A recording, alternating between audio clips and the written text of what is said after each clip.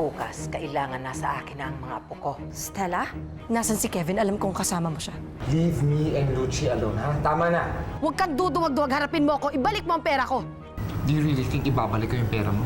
Akin na yun. At yung mga anak natin, akin na sila. Pinapasundo kayo ng daddy. Punta daw tayo sa park. Shelby! Nakaharap ko yung tatay mo. At alam ko na ikaw yung nag-utos sa kanya para takutin ako. Baka mamaya yun ang dahilan kung bakit pinakuha ni Kevin ng mga bata para makaganti. Yan, tumawag na yung mama. Kasama na niya si Miggy at Shelby. Bukas ng gabi, nasa States na tayo. Bakit? Maawan mo! Kasukin ako! Mama! Mama! Bumaba ka dyan!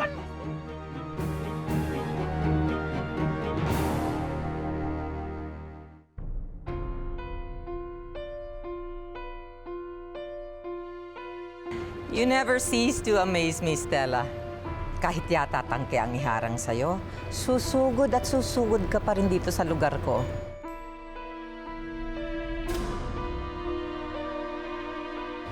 What do you expect sa isang babaeng lumaki sa usok ng barbecue? Hindi ako nagpunta dito para makipagbatuhan ng mga insulto sa inyo. Nagpunta ako dito para bawiin ang mga anak ko dahil alam kong nasa inyo sila. Isolin niyo na sila sa akin. Mag-ingat ka sa mga sinasabi mo, ha? Alam mo, pwede kitang sampahan ng slander. Bakit may prueba ka ba na nasa akin ang mga anak mo? Hindi ko naman kailangan ng pruwebe. Bakit hindi niyo pabalikin yung kotseng pinaalis niyo? Alam ko naman nandun sila Miggy at Shelby eh. Pabalikin niyo na dito dahil alam kong balak niyo silang dalhin kila Kevin. Napapagod na ako sa'yo eh. I will count to 10.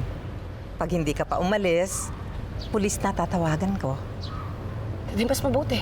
Papuntahin niyo yung mga pulis dito para alam nilang kinidnap niyo yung mga anak ko. Kidnapping? How can that be? Eh, ako ang lola nila. Hindi sila maniniwala sa'yo.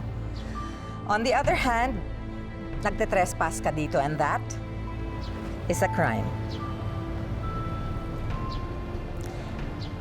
Sa bagay, kriminal naman ang tatay mo eh.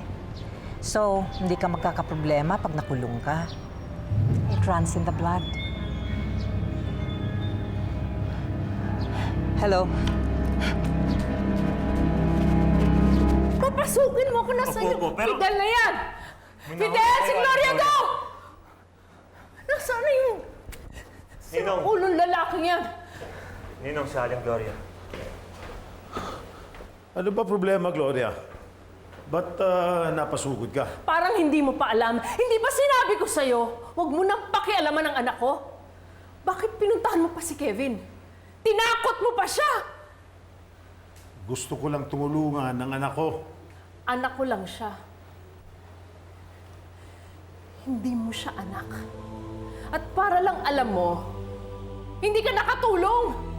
Lalo lang lumala ang problema niya dahil sa'yo. Nagtatago na ngayon si Kevin. At baka wala na siya ng Pilipinas. At ang masama doon, baka tinangay pa niya ang mga apo ko! Ayusin mo to, Fidel. Ayusin mo ang ginawa mo! Huwag mong hayaang magdusa ang anak ko dahil sa katigasan ng ulo mo!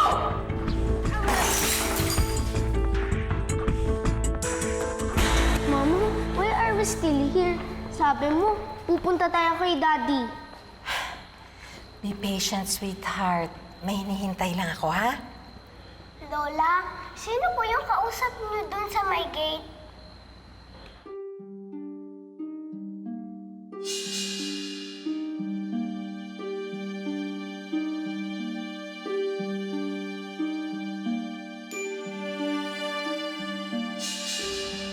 Lola? Wala. She's nobody. Bakit? Akala ko po kasi si Mami. Kasi po, yung suot po niya kapare po ng clothes ni Mami. Kapareho lang yon. Alam mo, kung mami mo yon, syempre papapasukin ko siya dito sa bahay, di ba?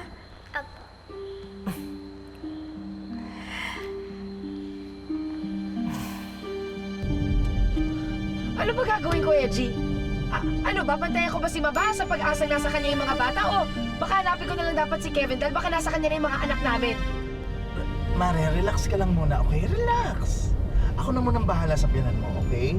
Total, kilala mo naman si Kevin, mas kilala mo si Lucci. So, mas alam mo kung saan sila pwedeng puntahan. So, may idea ka na ba kung saan sila pwedeng puntahan? Oo. Doon sa flower shop ni Lucci. Baka sakali yung mga tao doon, alam ko saan sila nagpunta. Make sure na may di-deliver niyo yung mga bulaklak kay Rico at sa asawa niya. Yan ang wedding anniversary gift ko sa kanila. Sira na naman ang araw ko. Kaibigan mo si Lucci. At alam ko na alam mo kung nasan sila nagtatago ni Kevin. So what? Gusto kong sabihin mo sa akin kung nasan sila. At bakit ko naman gagawin yun? Hindi ako kasing tanga mo, Stella, para ibuko si Lucci. Alam mo noon na pagtulungan niyo ako ni Misha dahil dalawa kayo. Pero ngayon nag-iisa ka. Kaya hindi kita uurungan. Gusto kong sabihin mo sa akin ang hinihingi ko o pinapangako kong hubad kitang papagapangin sa lupa. Mare, anong number ulit ng bahay? Nandyan, nakalagay dyan. Asan ba? Ayun. 132 eh. So, 128. Sige, abante pa, bes. 30. Sige pa, bes. Abante ka pa. 131. 134. 134. Bes! Sandali nga, sandali! Atras ka nga, nawawala yung 132 eh. Ha? Atras ka, nawawala yung 132. Ano nangyari yun? Hindi ko alam. 34. Teka, hop! Nawawala yung 132?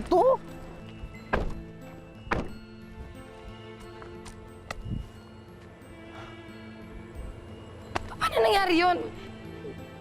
Pwede bang basta na lang mawala ang bahay, Edgy? Oo naman. Ano ka ba? Pag hindi pa na itatayo. Etong bakanting lote na to, ito dapat ang 132. Sinasabi ko na nga, pe. Sinasabi ko na. Niloko ka na naman ng mga kaibigan mo! Nakakainis! Anyway, so sabi ni Dina, galit na galit si Stella nung tumawag sa kanya to. Ay nako, Stella's so dumb. Alam na nga niya na we hate her guts, pero naniwala pa siya kay Dina. Hindi kaya medyo parang sobra na yata yung ginagawa niyo doon kay Stella. Di ba naging kaibigan niyo rin naman siya? Yeah, but I told you, my yaya almost drowned because of her. Kaya tama lang na gumanti kami. Ay nako, poor Stella. By tomorrow, wala na si Kevin. At wala na rin mga kids niya. Wala na si Kevin, ibig mong sabihin kasama ni Kevin yung mga anak nila? I think so. Si Tita Amanda ata magdadala ng kids kina Kevin eh. Bakit? Nasaan ba si Kevin? Nandun sa Magenta Village, sa townhouse ni Tita Amanda, nung malapit sa airport. So anyway, yun na nga. Thank you for helping me para iligaw si Stella. Hindi kasi kami makalabas dito hanggat alam ko na si Stella ay nag-aabang dyan sa labas ng village. I owe you one, Dina. It's nothing, Tia. Take care. Okay. Oh. Anong problema dito? Si Shelby po, gusto na po umuwi sa mommy niya. Shelby, wag matigas ang ulo. Di ba sabi ko naman sa'yo, pagbalik niyo galing sa trip, dun ka uuwi sa mami mo. Ayoko na po sumama sa inyo. Gusto ko na po umuwi kay mami ngayon. Si kuya na lang po ang isama niyo. Shelby, don't make Mamo angry. Sumakay ka na sa kotse. Ha? Ayoko po. Anong ayaw mo? Ayoko po. Ha? Halika. Halika. Halika. Ayoko po. Stop it! Halika na. Shut up! Nay, natatakot to ako. Paano kung kahit kailan hindi ko na makita ang mga anak ko?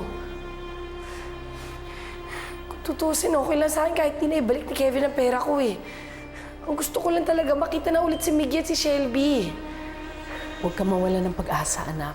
Humingi na ako ng tulong. Kanino? Ako na.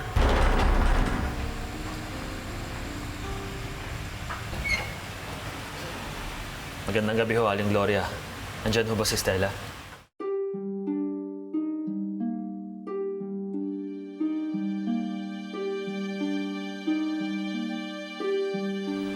Perry? Anong ginagawa mo dito? Sumama ka muna sa akin, Stella. Alam ko kung nasan ang asawa mo, pati na rin si Lucci.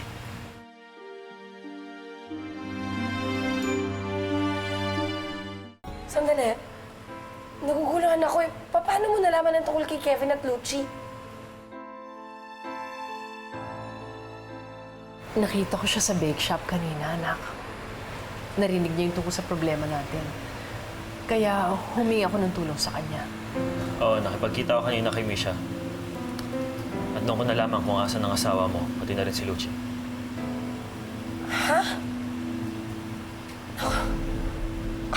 Salamat, Perry. Maraming salamat. Sandali, kukunin ko lang yung mga gamit ko, ha?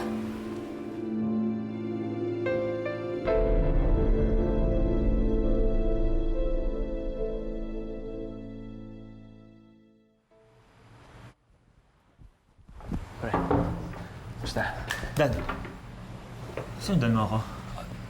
Salamat nga pala, kundi dahil sa'yo, hindi ko kagad matutuntun kung asan ang asawa ni Stella. Pre, huwag ka muna magpasalamat sa akin, ha? May bitbit ako. Pasensya na, pare. Kinulit niya ako para dalhin ko siya dito, eh. Megan, anong ginagawa mo dito? Backup ako sa'yo. Kaya ng dati. Sama ako sa'yo. Megan, wag na. Kaya ko na ito mag-isa. Kaya mo mag-isa? Gusto mo solo yung Stella na yan para walang istorbo, ha? Ikaw, ha?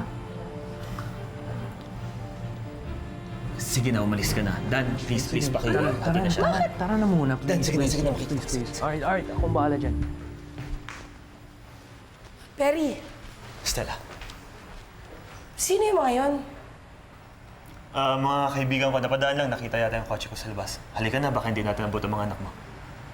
Sige, tara. Sige.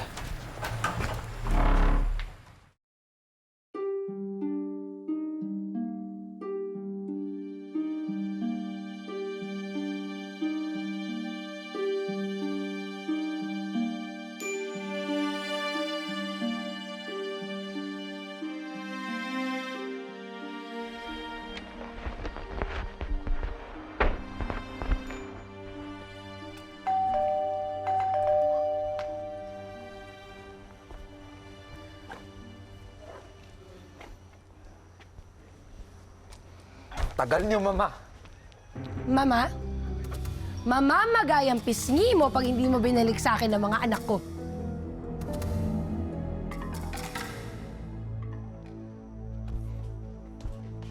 Stella?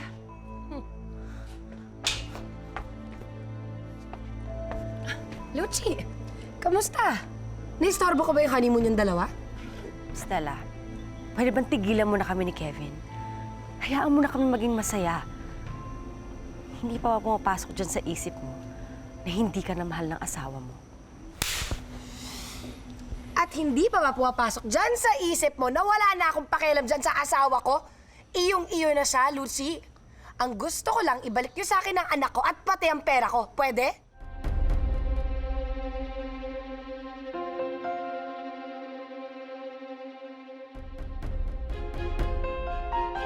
Wala akong ibabalik na pera sa'yo, Stella. Lahat ininvest ko na sa negosyo nung magkasama pa tayo. Grabe. Ang galing mo pa rin talaga magsinungaling hanggang ngayon, Kevin. Grabe. Alam ko na kamakailan lang winidraw mo lahat ng pera sa bangko. Pero sige, kung gusto mo, iyong-iyo na lahat nun, angkinin mo na yung pera. Basta ibalik niyo lang sa akin yung mga anak ko. Nasaan na sila? Wala nga dito ang mga bata. Kaya kung pwede, tumigil ka na sa panggugulo mo.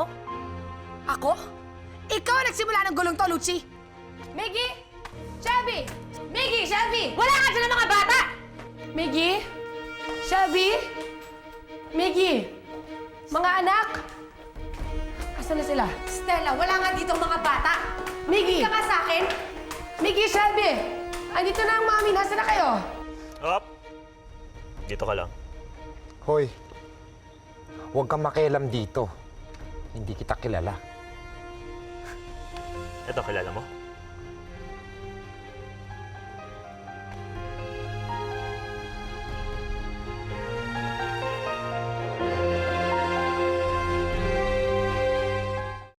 Bakit wala sila dito? Nasaan ang mga anak ko? Wala sila dito, hindi namin sila tinatago. Wala sila dito o wala pa sila dito dahil hindi pa sila nadadala ng mama? Wala talaga. Matapang ka lang dahil may baril ka.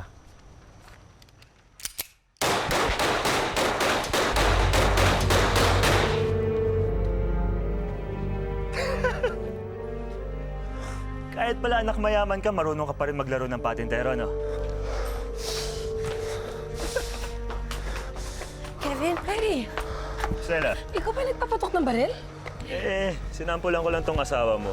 Baka kasi akalain, laruan lang tong hawak ko. Isa lang mga anak mo. Wala sila dito eh.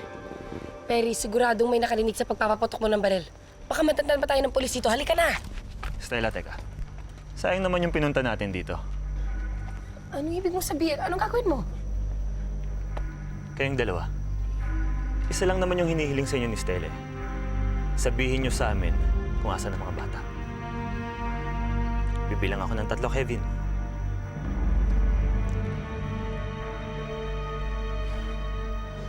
Sasabihin mo sa akin kung asan ang mga bata o pasasabugin ko yung noon nitong babaeng to. 1. 2.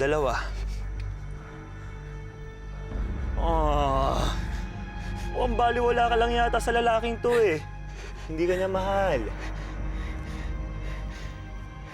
Pero ikaw, alam kong mahal na mahal mo tong gagong to na asawa ni Stella.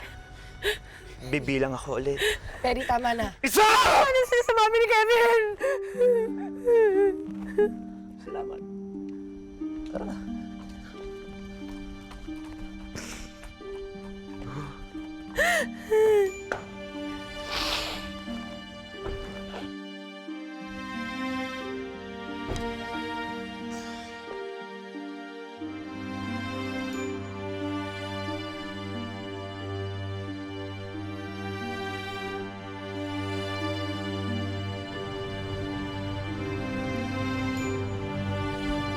Perry, alam na naman natin kung nasan yung mga anak ko, di ba? Eh, ba't nandito pa rin tayo kina Kevin? Stella, dahil malamang nasabihan na ng asawa mo yung nanay niya. Pag umalis tayo dito, hindi rin natin naabutan ng mga anak mo dahil malamang naitago na yun ang binan mo. Pero may isang bagay na lamang tayo sa kanila. Okay? Ang alam ni Kevin, umalis na tayo dito dahil sa banta ng mga pulis. Ngayon, babantayan natin ang bahay na yan. At oras na umalis sila dyan, sila mismo ang maghahatid sa atin papunta sa mga anak mo.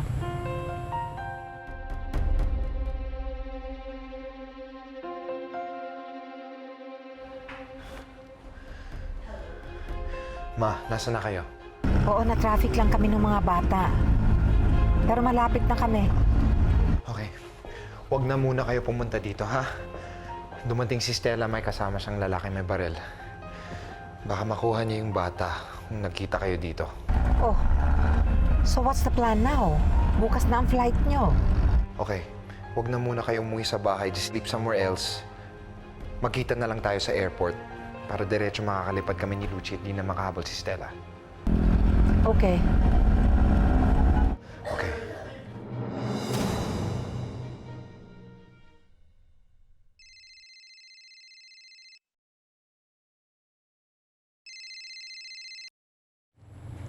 Ninong, nag-stakeout lang po kami dito sa labas ng bahay kung nasan yung asawa ni Stella at si Lucci. Hinihintay lang din po namin sila kumilos para makita na rin po namin yung mga apo nyo. Sige po, Ninong.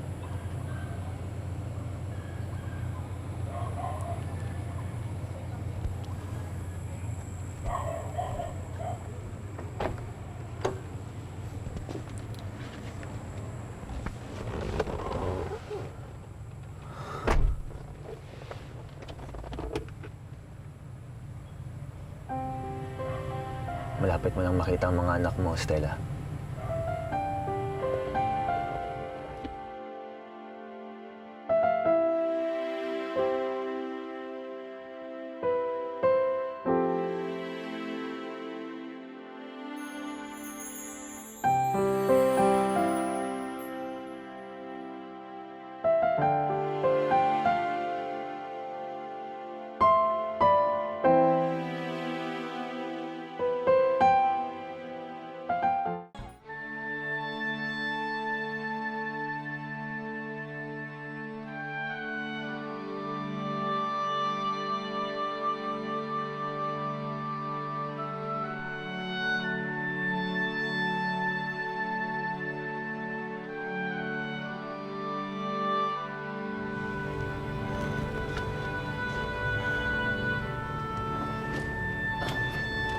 Gising ka pa rin?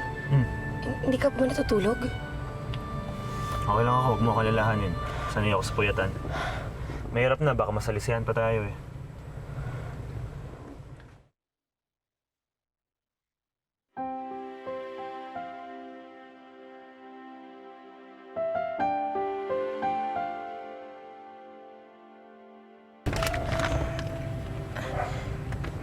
Salamat. Ikaw? Okay lang ako, tapos na ako kanina pa.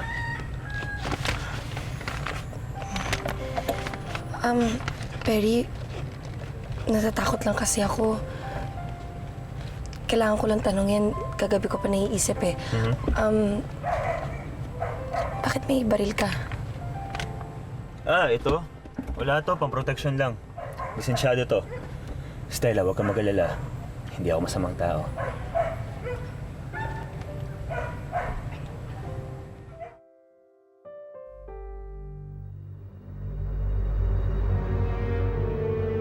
Perry, si Kevin, paalis na sila!